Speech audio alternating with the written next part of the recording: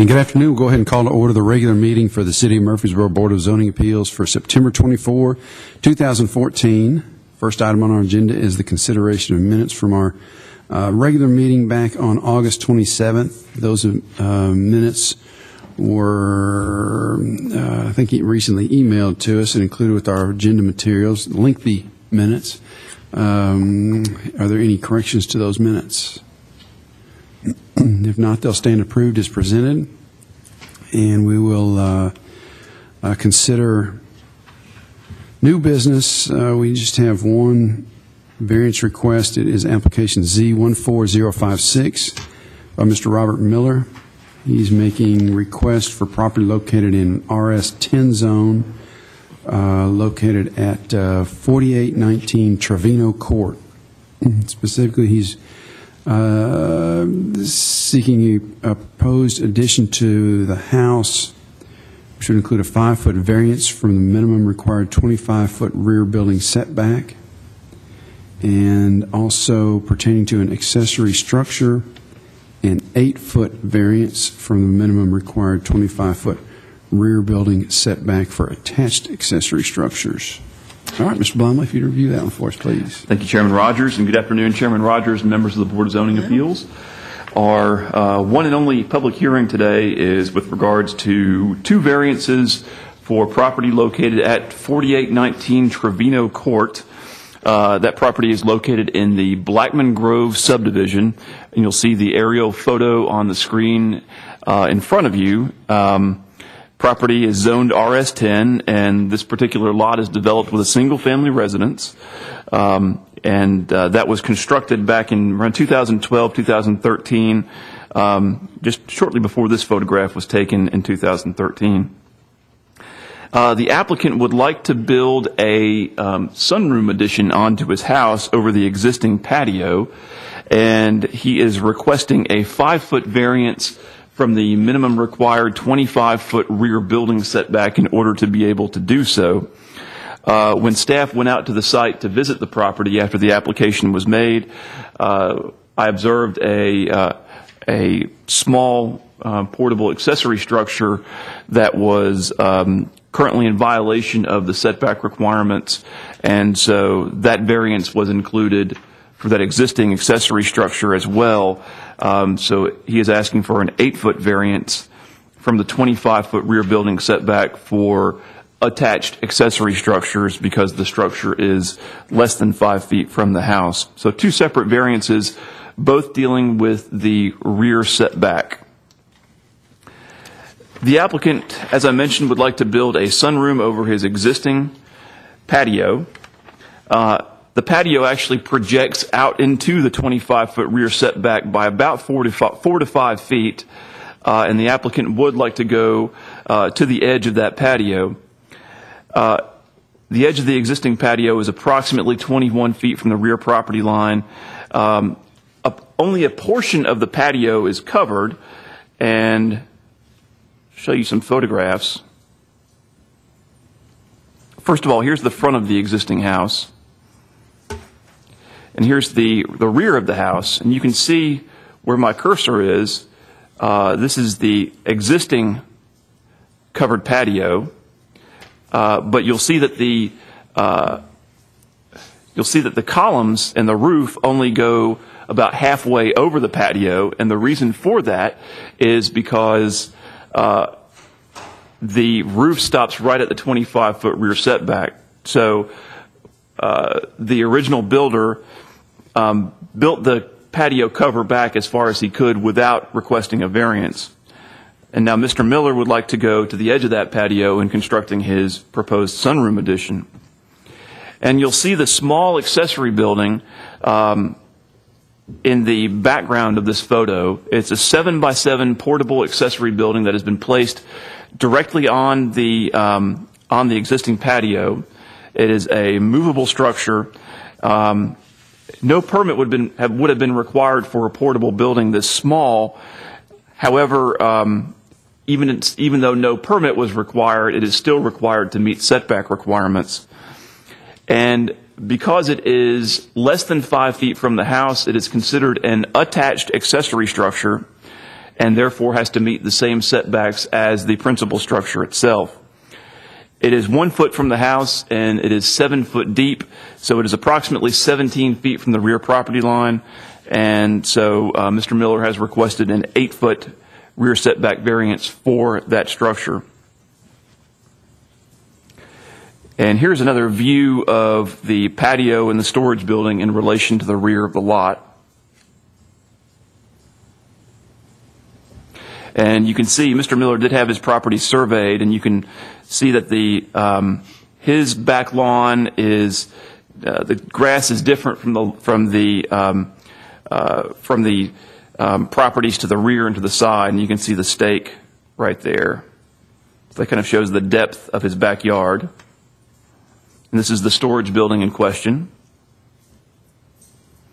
looking toward the adjacent property to the east and looking toward the adjacent property to the west. And this is the neighboring property to the rear of the subject lot. The property to the rear of this property is a approximately 2-acre property, a little bit less than 2 acres, and the house behind him is 110 feet from where Mr. Miller would like to construct his sunroom. It's part of the Spring Cove subdivision, which is still in the county. Mr. Miller notes that constructing the sunroom only as far back as the existing patio would significantly impair the usefulness of the proposed sunroom. And so that is the main reason why he has asked for the variance, is because in order for him to construct what he deems to be a functional sunroom, he needs to go back out further than that 25-foot rear setback. Another point that, in looking at this, that I wanted to make was that the design that was chosen for the house, you'll see that the side entry garage protrudes out much further than the main plane of the home, pushing the main plane of the home back about 15 to 20 feet. So if a different house plan had been originally chosen and Mr. Miller was not involved in the construction of this house, if a different house plan had been chosen and the entire main plane of the home was at the 35-foot rear or 35-foot front setback line, then there would be a great deal more depth to the backyard, and likely no setback variances would be needed. And you can see on the survey that was included how that side entry garage does protrude out much further than the main plane of the home. If the board approves the variance request pertaining to the sunroom addition, staff recommends the following condition: the addition shall not encroach into the drainage easement, and there shall be no fill placed in the drainage easement. And Mr. Miller has no intentions of going into the 20-foot drainage easement at the rear of his property with his sunroom addition, but after consultation with the engineering department, we thought it was a good idea to make that a recommended condition of approval to get it on the record.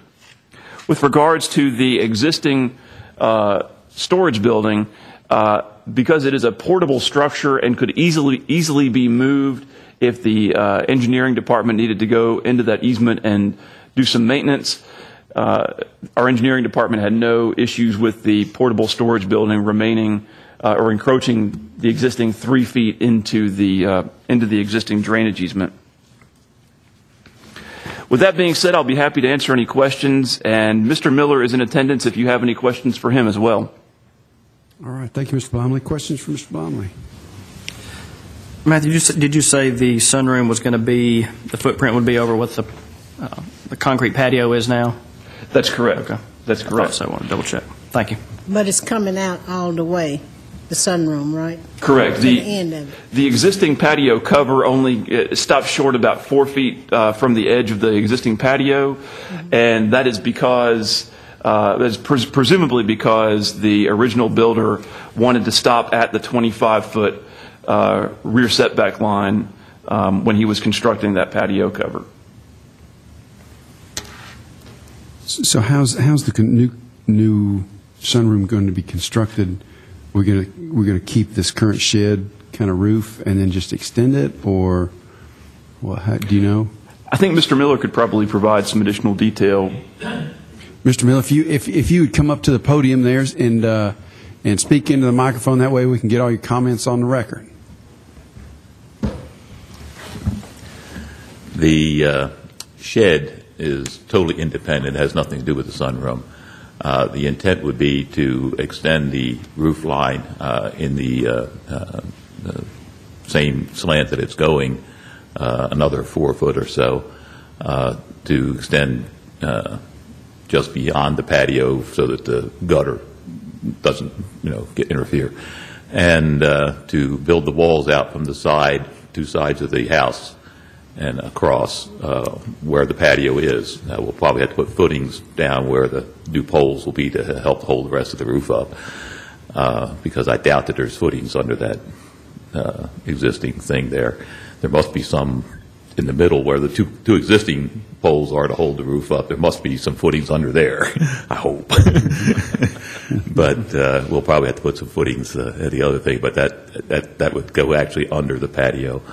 So there's no change to the existing patio. And when I bought the house, I thought, well, okay, I guess I can build out that far because the patio's there, and in Brentwood, I think they got like a 15-foot thing or something, so where I used to live.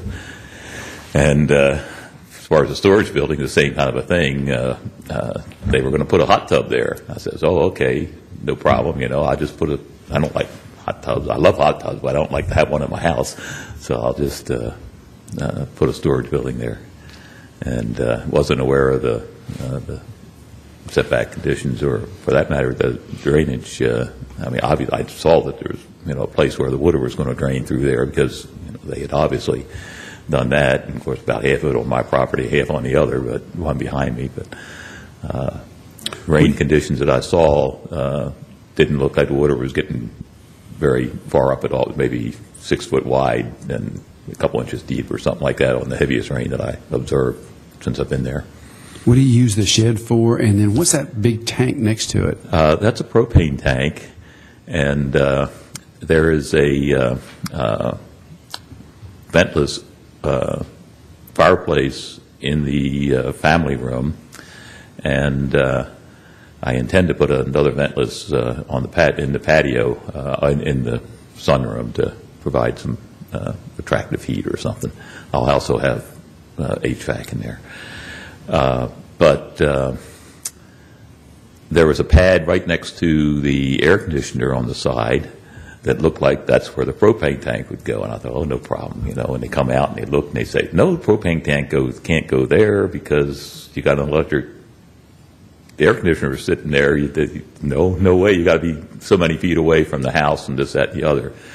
So that's where they put it. And apparently they knew that you couldn't go within maybe 10 foot of the property line on the side or something, some limit on the side, so they couldn't put it. It says that's where it got to go, so that's where it went. All right. And Chairman Rogers, your first question about the storage building, I believe it's used for lawn equipment. Is that correct? That's just lawn equipment, yes. Okay. All right. Any other questions for Mr. Miller? Thank you, sir. Thank you all. At this time, we're going to conduct a public hearing. Anyone present wishing to speak for or against this application, if you would come forward.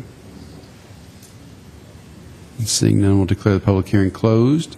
Open the floor for further discussions or motion. I think we got two requests here, so we probably need to take those separately. Correct. If there's no discussion, I'll make a motion to approve the 5-foot variance subject to any staff comments. I'll second. Motion is second. Any further discussion? Not all in favor, say aye. Aye. Any opposed? All right. Next, consider the request for the 8-foot variance. I'll make a motion to approve the 8-foot variance with the conditions set by the staff. Second. Motion is second. Further discussion? All in favor, say aye. Aye. Any opposed? All right, Mr. Miller, that application's been approved. Thank you. Thank you. All right, staff reports and other business. Thank you, Chairman Rogers. The first item that we have today under staff reports and other business is an amendment to the 2014 Bza Calendar. It doesn't have to do with the meeting dates. It only has to do with the submittal deadlines. In November and December, we have our schedules are thrown off a little bit by the holidays. And currently the submittal deadlines, and I do not have the 2014 calendar in front of me. I meant to bring that with me. You want to use this one? Yes, that would be great. Thank you, Ms. Mosby. Oh, we have one over here. There's Thank you. multiples.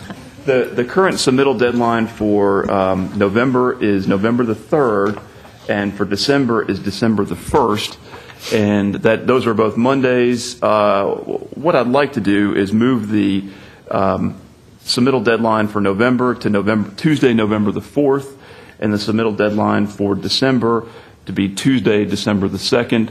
That will give applicants one extra day to get their applications in, because those meetings do happen earlier in the month. Those meetings happen earlier in the month, and people have less time to get them in. That will give them one additional day, and it will also mean that the BZA deadline will not be the same as the Planning Commission submittal deadline. And because the 2014 calendar was approved by the board in its current format, I think we would, and I wanted to bring it back to the board since it was originally approved by motion, and if the board concurred, have the 2014 calendar amended to move the November submittal deadline to November the 4th and the December submittal deadline to December the 2nd. All right, do we have a motion? I'll move to amend the 2014 calendar to change those two submittal deadlines. Second. A motion and a second. Further discussion. All in favor say aye. Aye. Any opposed? All right. We need to consider the 2015 board calendar. Yes, and that was attached to the minutes that Ms. Davis sent out as the last page.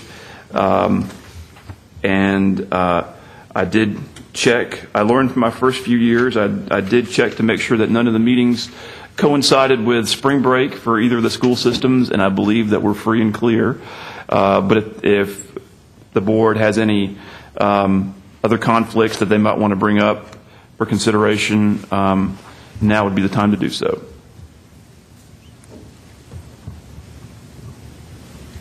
All right. I think everybody's had an opportunity to review that. Any comment on the calendar? We ready to approve it? I'll make a motion to approve the 2015 calendar if there are no changes. Second. All right, motion and a second. Any other discussion? All in favor say aye. Aye. Any opposed? All right, we got a 2015 calendar. Looks like we'll be here then. All right, any other business then? No, sir. All right, then we're adjourned.